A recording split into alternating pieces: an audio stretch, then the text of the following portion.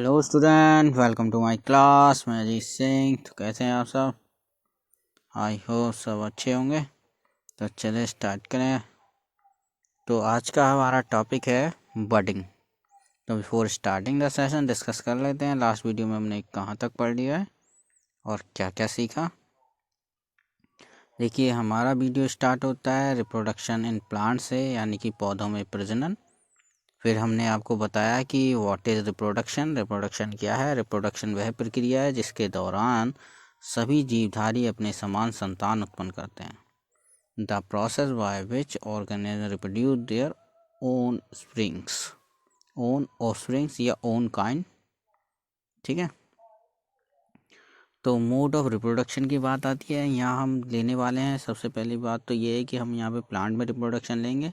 तो प्लांट के अंदर मोड ऑफ रिप्रोडक्शन क्या क्या होते हैं? तो प्लांट्स के अंदर हमने जो बांटा है, अगर रिप्रोडक्शन की हम बात करें तो मेनली दो भागों में प्लांट्स के अंदर रिप्रोडक्शन को हमने बांटा है। एक होता है एसेक्सुअल रिप्रोडक्शन, दूसरा है सेक्सुअल रिप्रोडक्शन। ठीक। एसेक्सुअल रिप्रोडक्शन जो होता है, इसके अंदर बिना सीड के प्लांट्स को जर्मिनेट किया जाता है, यानी कि नया ऑर्गेनिज्म, नया प्लांट बनेगा बिना सीड के। सेक्सुअल रिप्रोडक्शन में सीड का डेवलपमेंट होता है। ठीक है। तो इसी के अंदर हमने पढ़ा था वेजिटेटिव प्रोपागेशन, ये काइंड ऑफ एसेक्सुअल रिप्रोडक्शन में, जहाँ पर हम क्या कहते हैं, कोई भी एक सिंगल पेरेंट जो होता है ना, उस पेरेंट्स का कोई भी पार्ट, स्टेम, लीव, रूट, इनसे नए प्लांट का जन्म होता है। इसको बोलते हैं हम वेजिटेटिव प्रोपागेशन। जैसे कि यहाँ पे आपने रोज़ का देखा है, कटिंग करके लगाते हैं ना रोज़ को। आलू का देखा है आपने, आलू में आईवर्ड जो निकले हुए होते हैं छोटे छोटे, उनसे नया ऑर्गेनिज्म होता है। जिंजर की बात करें अगर हम, अदरक, तो यहाँ पे भी आपने देखा है रूट से डेवलप हो जाती है। ठीक है। तो ये था asexual reproduction, vegetative propagation.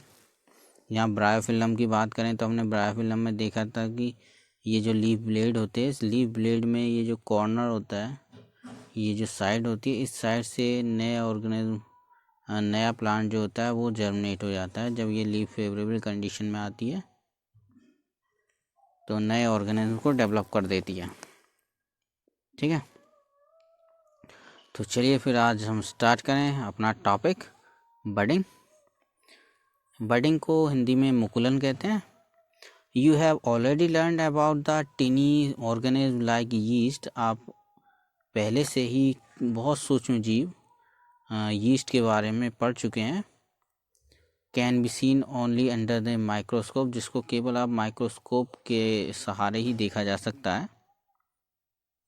These grow and multiply every few hours. ये वृद्धि करते हैं, यीस्ट कुछ ही घंटों में वृद्धि करके गुणन करने लगते हैं। एंड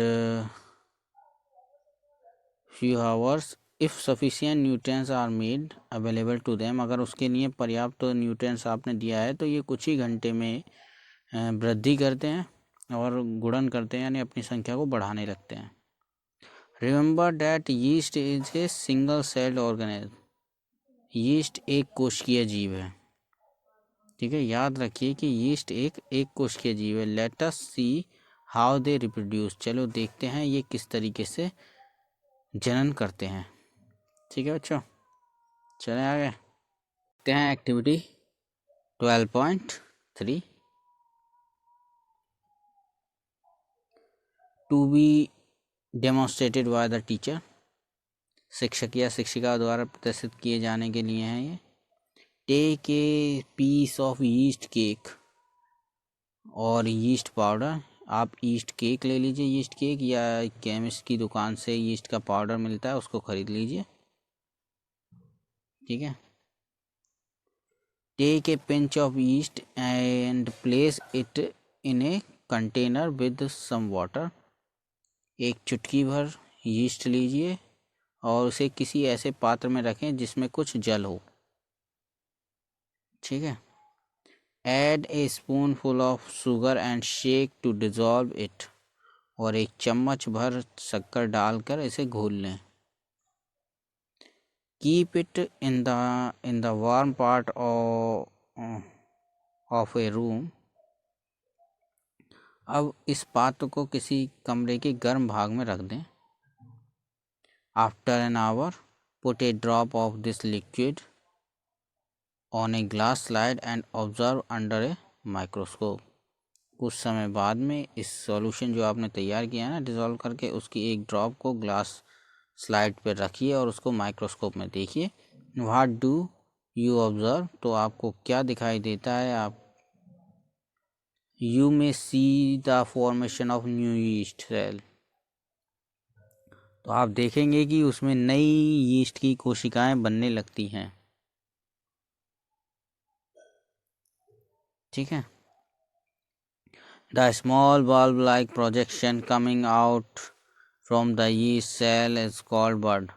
एक छोटी यीस्ट कोशिका से बाहर जाने वाले छोटा बल्ब जैसा प्रवर्ध या मुकुल या कली जिसे कहते हैं, वो भाग बाहर की तरफ निकल आता है। जिस द बड ग्रेजुअली ग्रो, और ये जो बड होता है ये ग्रेजुअली धीरे धीरे बढ़ती है and detach from the parent cell, और अपनी पेरेंट सेल से अलग हो जाती है और form a new yeast cell, और नई यीस्ट कोशिका बना लेती है।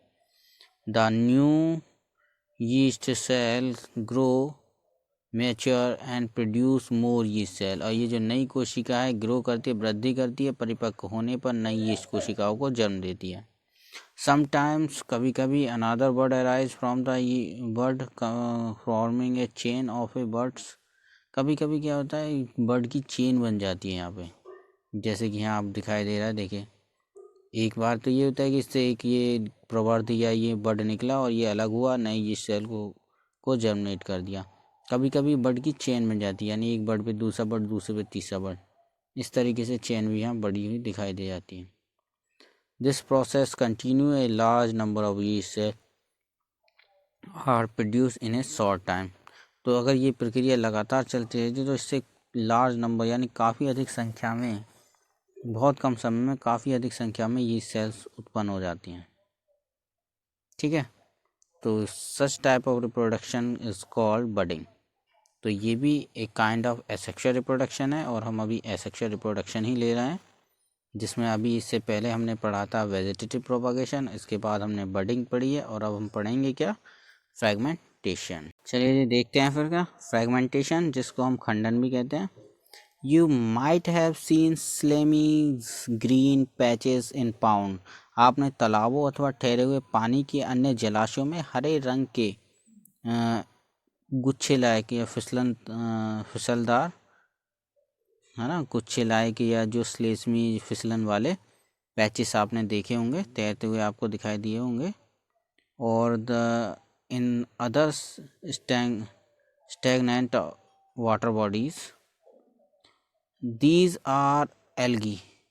तो इस तरह के जो आपने हरे हरे पैचेस देखे हैं ना तैरते हुए, तो इनको हम एल्गी कहते हैं। एल्गी मीन्स होता है शैवाल।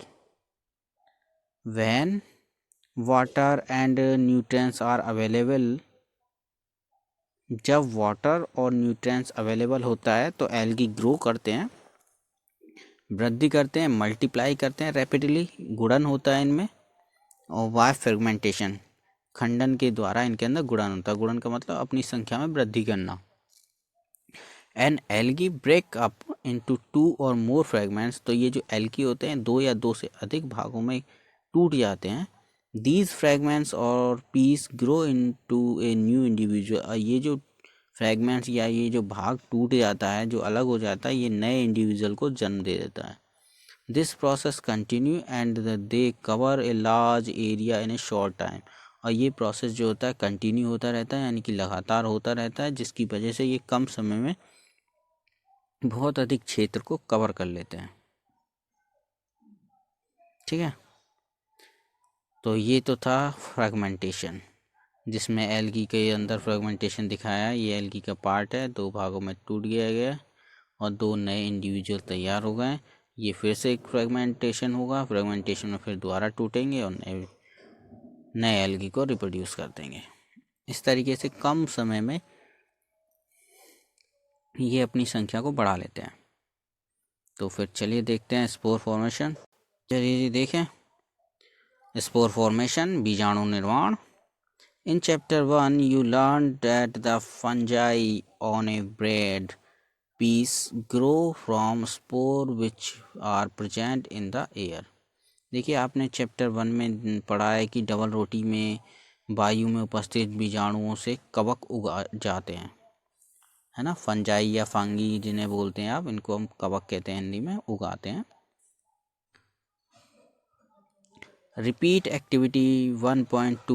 Observe the spore in the cotton-like mass or on the bread. Activity 1.2 को दोहराएं। डबल रोटी पे रुई के जाल में बीजाणुओं को देखें। When spore are released, they keep floating in the air. ठीक है, जब बीजाणु मुक्त होते हैं तो ये वायु में तैरते रहते हैं। As they are very light, they can cover long distance. क्योंकि ये बहुत हल्के होते हैं इसलिए ये लंबी दूरी तक उड़ते हुए चले जाते हैं। Spores are asexual reproductive bodies. बीजाणु अलैंगिक जनन ही करते हैं। Each spore is covered by a hard protective coat to withstand unfavorable conditions such as high temperature, low humidity. देखिए ये जो स्पोर्स होते हैं, प्रत्येक स्पोर जो होते हैं इनके ऊपर हार्ड कवरिंग पाई जाती है जो कि इनकी अनफेवरेबल कंडीशन जो होती है ना, यानी कि विपरीत अवस्थाओं में, विपरीत परिस्थितियों में ये इनकी रक्षा करते हैं। यानी कि हाई टेम्परेचर है और लो ह्यूमिडिटी है तो उस समय इनकी जो हार्ड कवरिंग है ये इनकी रक्षा करती है। So they can survive for a long time. इसकी वजह से ये काफ़ी लंबे समय तक जीवित रहते हैं। अंडर फेवरेबल कंडीशन, और जब कंडीशन अनुकूल होती है यानी वातावरणीय कंडीशन जब अनुकूल होती है, ये spore germinate and develop into a new individual. तो ये स्पोर जर्मिनेट करता है और इससे नए इंडिविजुअल का जन्म होता है। प्लांट्स सच एज मोस and fern also reproduce by means of spores. कुछ प्लांट्स की अगर मैं बात करूं जिनमें फर्न आते हैं, है ना, फर्न, मॉस, ये सब स्पोर फॉर्मेशन से ही उत्पन्न होते हैं। ठीक है, आई होप आपके समझ में आया होगा। यदि आपका कोई डाउट रह जाता है तो कमेंट करना बिल्कुल मत भूलना। वीडियो को ज़्यादा से ज़्यादा शेयर करें, लाइक करें। अगर आप चैनल पर नए आए तो सब्सक्राइब करना बिल्कुल नहीं भूलें। तो फिर मिलते हैं नई वीडियो में, तब तक के लिए टाटा बाय बाय।